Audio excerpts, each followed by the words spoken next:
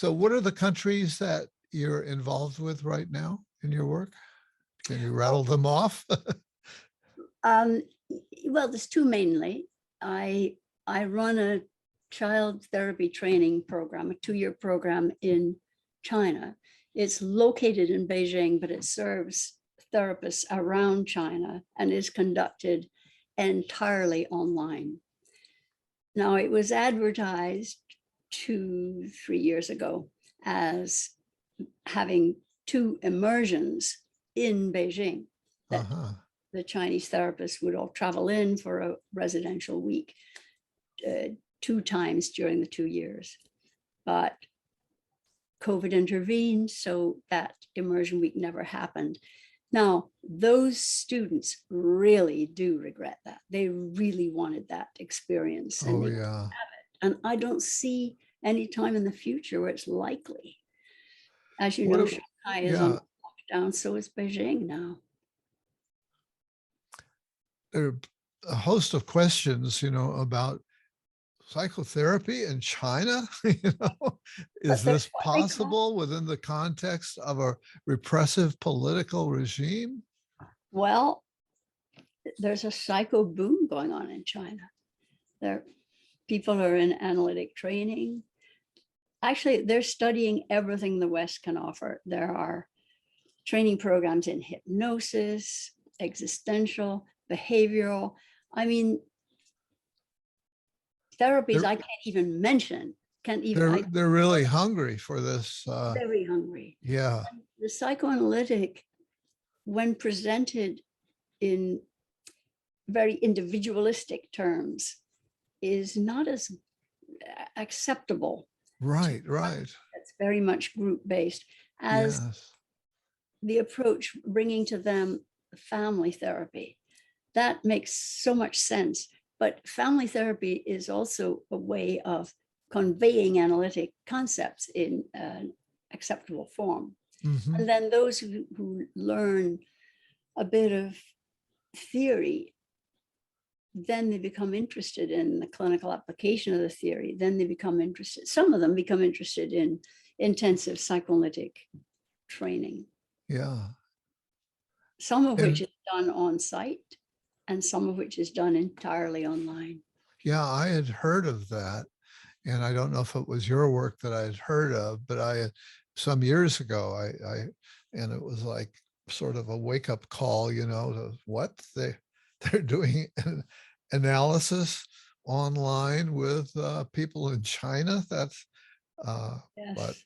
Well, the first people there were from the International Psychoanalytic Association, and they would do it in person, but they were brief moments of clinical experience as teachers would fly over for a weekend or a week, or whatever, and nothing in between. No, there was no real personal analysis of any continuity. And then later, an American group called Kappa came in to teach some psychotherapy.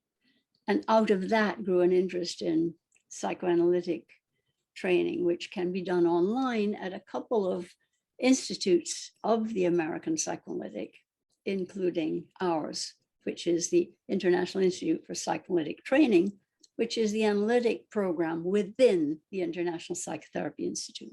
oh, They so can you train do with have us. that. They can Yeah, train at, yeah. let me get this right, Philadelphia, and I think Chicago. I think those are the main training centers for those who want to train online. You said that right now you're working with two countries. Yeah, Um, Russia's the other. Russia's the other. Mhm. Same question comes up. Ah, Uh, well, there must be, yeah, go ahead. it's become very interesting. I mean, it always was. These people they're quite well trained, actually. They've had more exposure to Western thinking than the Chinese have had. Oh. They've had some exposure to the French school and of psychoanalysis, and they've welcomed psychotherapy training there. Now, we don't do psychoanalytic training there, although they would be welcome to attend our online psychoanalytic training program, and maybe one or two will do so. But nowadays, with the war in Ukraine, Oh, yes. we are finding the psychotherapists very distressed. Many of them are that they're people who value freedom, and they don't like aggression against another country, where many of them have friends, family, relatives. So it's a very hard time for them. And they're I'll bet. so grateful that we have not turned our back on them because they're Uh-huh. Russian.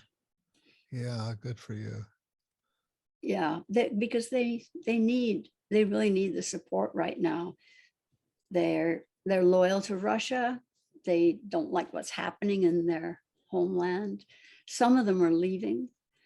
Some of them are staying and facing the anguish that they feel.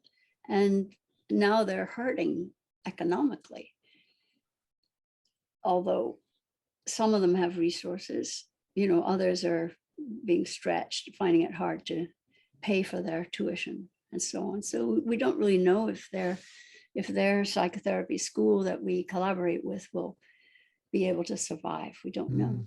Mm.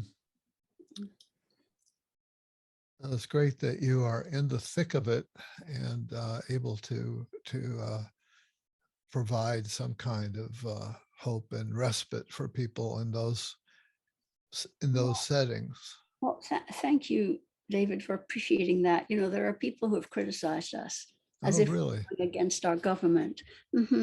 But we don't see it that way. I mean, I think of it as, during the Cold War, remember how jazz was so popular in Russia? It's like Right. soft politics. It's a way of continuing to communicate in a way that is apolitical. Well, the problems Think of ourselves. always seem to be at the top, with power hungry individuals Yes. who, but most people around the world, if you can meet them face to face or online, we're all struggling with the same sorts of issues, and have a common humanity that we can communicate and draw upon. I mean, I learned this during the time of the Troubles in Ireland.